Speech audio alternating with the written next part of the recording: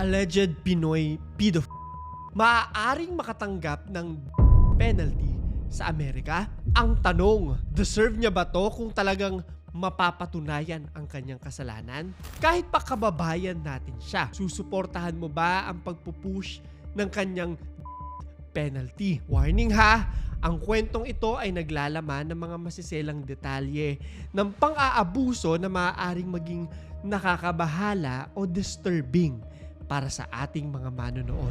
So isa pong Filipino, Filipino-American siya, technically speaking, ang sinasabing maaaring ang humarap at mapatawan ng penalty sa Florida. Matapos nitong allegedly, yan po yung term natin ha, paulit-ulit na abuse ang isang bata.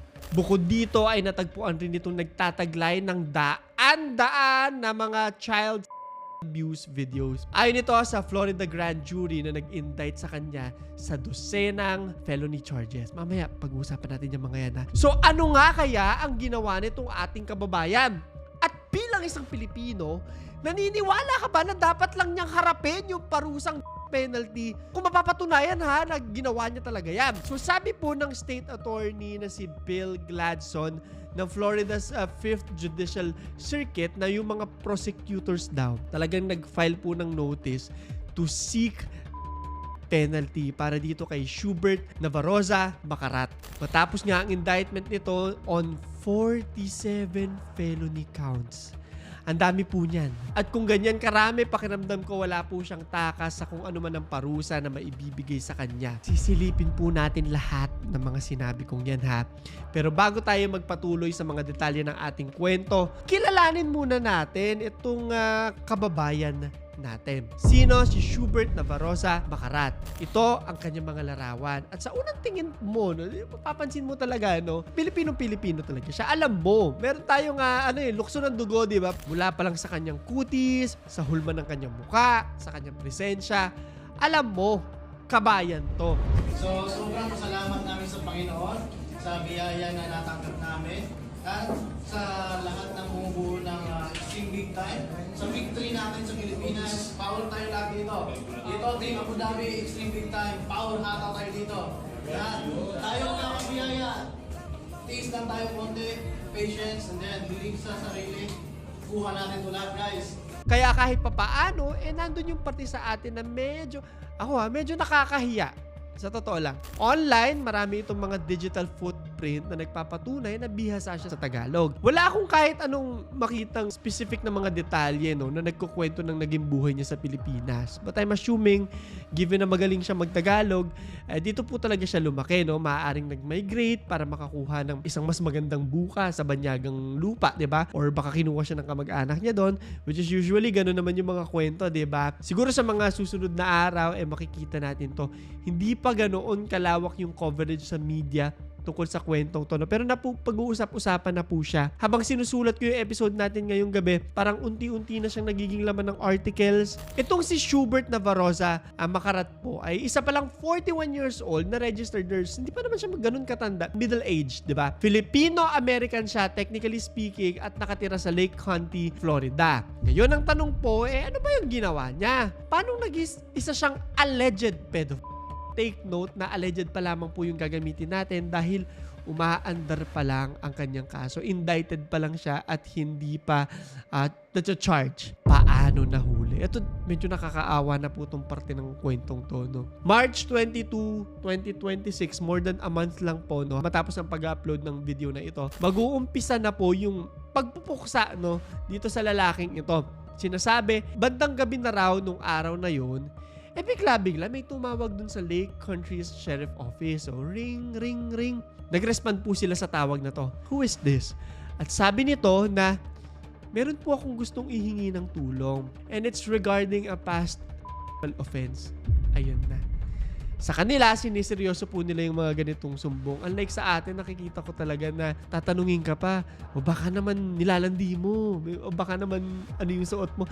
Totoo yan. Totoo yung mga ganyang bagay sa atin. Buti sa kanila, hindi nila binabrush off. So itong mga officers, madali po silang pumunta doon sa bahay ng caller.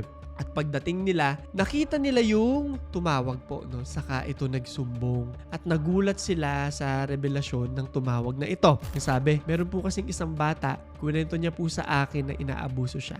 Matagal na panahon na raw. Abay, syempre, mabibigla po itong ating mga officers. You could only imagine kung anong nararamdaman nila nung gabing yon. Unlike us, alam nila rin bawat detalye dun sa kinukwentong yun eh. Isang mabigat na akusasyon po ang bagay na ito at hindi ito basta-basta pwedeng barabarahin or madaliin. So nagsagawa po sila ng isang forensic interview doon sa biktima na nagsumbong. Tinanong nila yung mga alegasyon at itong mga nakakalungkot na impormasyong ito. Nakatulong naman po ito, no, para matukoy yung mga mahahalagang detalye at naging daan ito. Makakalap ang mga investigador ng mga sapat na ebidensya. Syempre hindi naman po pwede na hulihin ng walang ebidensya lang. As much as gigil na gigil ka, kailangan merong patunay. Luckily, yung kwento po ng bata nagmamatch or nagko-coincide dun sa mga natagpuan nila. Sa susunod na parte ng kwentong to, kaya mag-ready kayo. Diyos ko, needless to say, pinuntahan nila yung lalaki at inaresto ito. Dito na po nila nakalap ang mga importanteng detalye sa kwento. At uunahin natin ang statement ng biktima. Alam nyo, Diyos ko, 12 anyos or mas bata pa yung biktima pala. Nakakaawa, nakakagigil, nakakabwisit, nakakainis. Sinabi nito na ginagamit niya raw yung sarili niyang cellphone. No? Yung bata ginamit yung cellphone niya para i-document yung yun yung term na ginamit po, no? Sabi ng state attorney na si Bill Gladstone, sinadya ng bata, alam niya yung nangyayari sa kanya. Matalino siya, alam niya yung ginagawa sa kanya. And ito sisingit ko lang po, this is why sex education matters.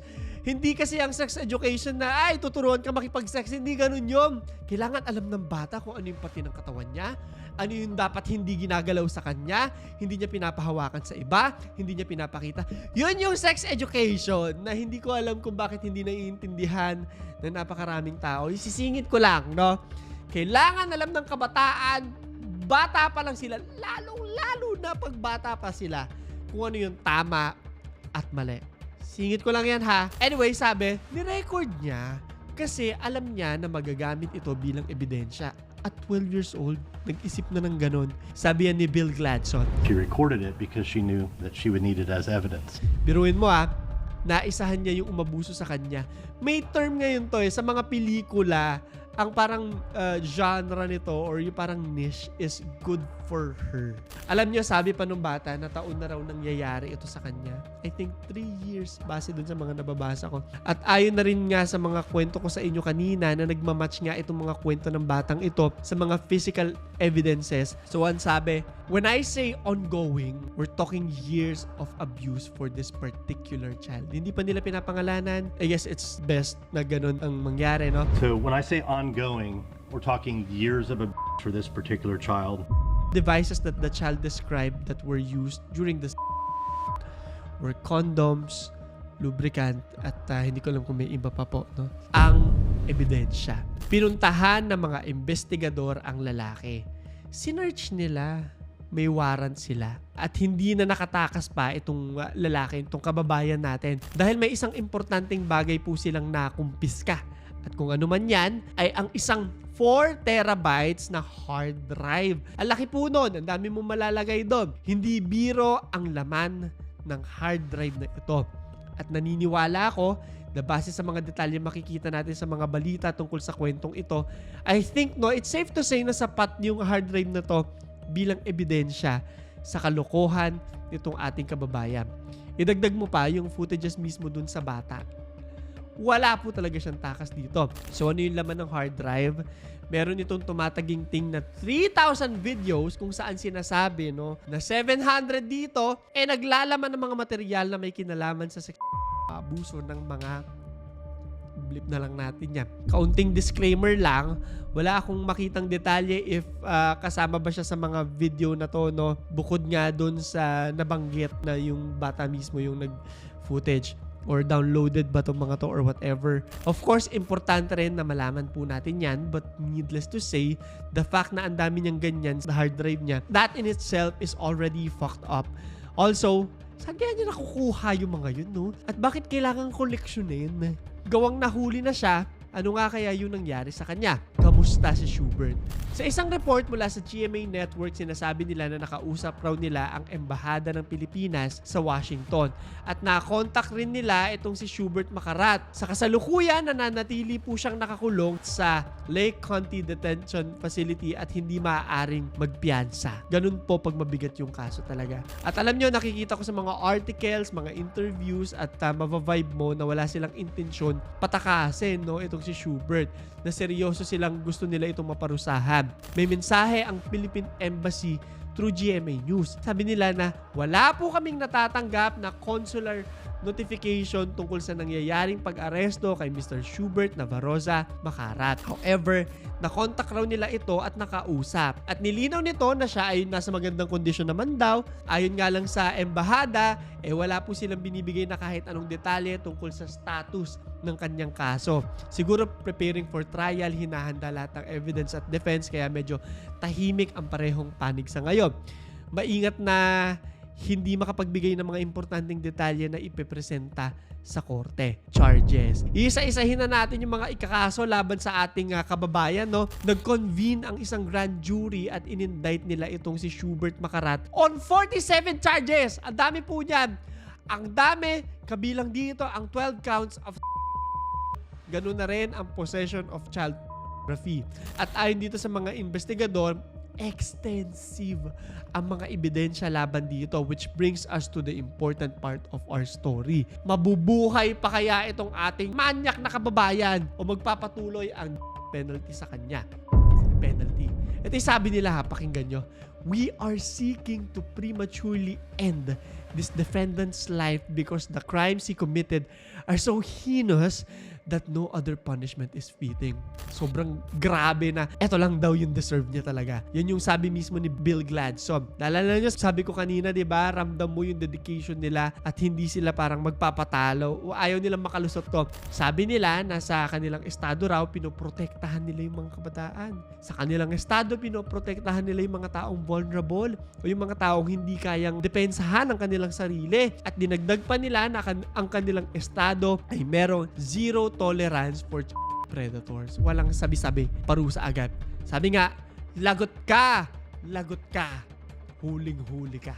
Given the severity of the crime and its impact on the victim, the 5th Judicial Circuit State Attorney's Office has filed a notice that it intends to seek the death penalty pursuant to Florida statutes 794.011 and 921.1425. Hindi ko po alam kung ano ibig sabihin ng pasensya na. Pinoy's React. Online, maraming mga kababayan natin ang isa-isa na nag-share tungkol sa kwentong ito, no? Marami sa kanila, but hindi po talaga yung galit. And then, iniisa-isa nila yung pagsilip dito sa digital footprint ng lalaki para makita man lang kung anong klaseng tao ba siya, di ba? Importante rin kasi na naiintindihan mo yung pinanggalingan eh. At may nahanap po silang isang kwento. Ang sabi, Schubert Navarroza Macarat returned home to surprise his 87-year-old father and 77-year-old mother before arrest. Alam mo, iniisip ko habang binabasa po ito, ano kaya yung reaction ng mga magulang niya na malamang may accusations na pagiging file itong anak nila. Sabi dito na ilang linggo lang daw bago yung pag-aresto sa kanya sa Florida this year, itong Phil-Am na si Schubert umuwi pa ng Pilipinas for the first time sa loob ng 8 years. Ito ay ayon sa isang Facebook post na siya mismo ang nag-share. Matanong ko lang, alam niya kaya no na mahuhuli siya o hindi? Sa post, sinasabing hindi raw planado itong pag-uwi at nakipagkuntsaba pa raw ito sa kapatid para surpresahin yung kanyang magulang. Kunyari daw, driver siya, nagde-deliver lang ng mga luggage pa uwi. Dito sa post niya, sabi niya, after 8 long years unplanned coming home, I conspired with my sister and brother not to tell our parents that I'm coming home, so to surprise them. I came home because family is family. Papa is 87 years old and Mama is 77 years old. Sabi niya dun sa caption niya. Of course, hindi pwedeng hindi natin makita yung reaction ng mga kababayan natin. At mararamdaman mong miski sila galit dito. Sabi ng isa, kaya umuwi. Deep down, he knows he is going to be arrested. Sumagot naman yung isa, correct? Pa-surprise pa daw, sinubukan magtago ang tamang term. Di lang umepekto dahil tinutugis na talaga siya. There are people who are throwing politics into the mix pero hindi na po natin i-discuss yan, no? May nagsabi pa, and I agree with this, no sympathy for people who choose to commit crimes. Tapos may isa pang nagbiro, and he gave them an even bigger surprise. Mas nasurpresa daw yung mga magulang. Let's go back to the penalty aspect ng kwento ha. I just find this part very interesting. Pipiliting penalty. Sabi nila na matetest daw ng kasong ito yung expanded penalty law ng Florida.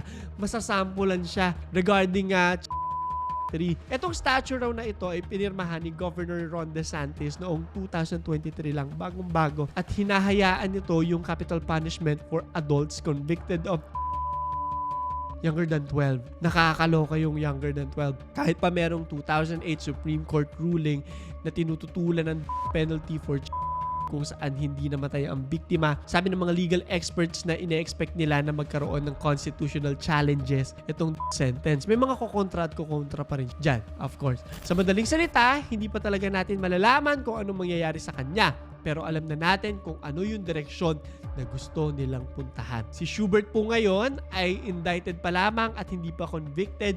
Ibig sabihin po, meron na silang sapat na ebidensya to charge formally at ipadala sa isang trial. Pag convicted naman, ibig sabihin napatunayan na po or paparusahan na. Under US law, siya po ay presumed innocent until proven guilty in court, which I think marami sa inyo ay nakarinig na. Bibigyan ko lamang po kayo ng kaunting palaisipan bago natin tapusin ang ating talakayan. Kapag ang akusado ay kapwa po natin Pilipino, dapat po ba natin siyang ipagtanggol dahil lamang sa iisa ang ating pinanggalingan? O sasabi mong, hindi! Ang may kasalanan, dapat parusahan, kahit kababayan pa yan. Sa ngayon, ang maipapayo ko ay maghintay lamang po tayo sa magiging progreso at takbo nitong kwentong to.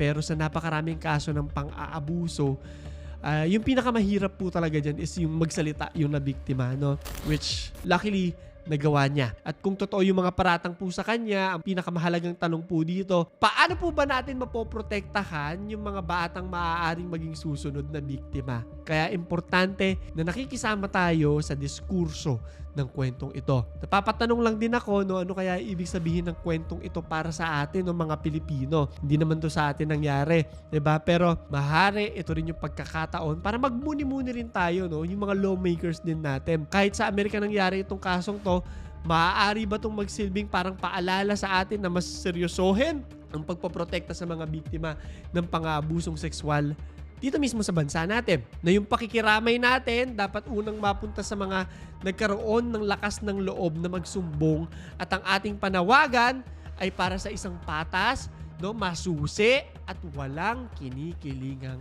hustisya. And most of all, sana sa kwentong ito mas marami pang mga biktima ang maproteksyonan nang hindi na maulit pa ang ganitong mga klase ng karahasan. Huwag niyo kalimutan na mag-like, subscribe at notification bell para makasali kayo sa mga diskusyon sa mga ganitong klase ng kwento. Marami po tayong tinatalakay halos araw-araw. Promote ko lamang din po yung aking Instagram. Nandiyan po yung ating mga nagre-request, mga nagme-message po sa atin. Binabasa ko po lahat yan. Kaya message lamang po kayo doon. Eto na yung tanong ko sa inyo. Gusto ko sagutin nyo kung mapapatunayan nagkasala itong ating kababayang si Schubert, sumasang-ayon ka ba na dapat lamang siyang patawan ng penalty? I-comment mo sa ilalim. So, yun lamang po. Ito si Claro III at ito ang ating kwento.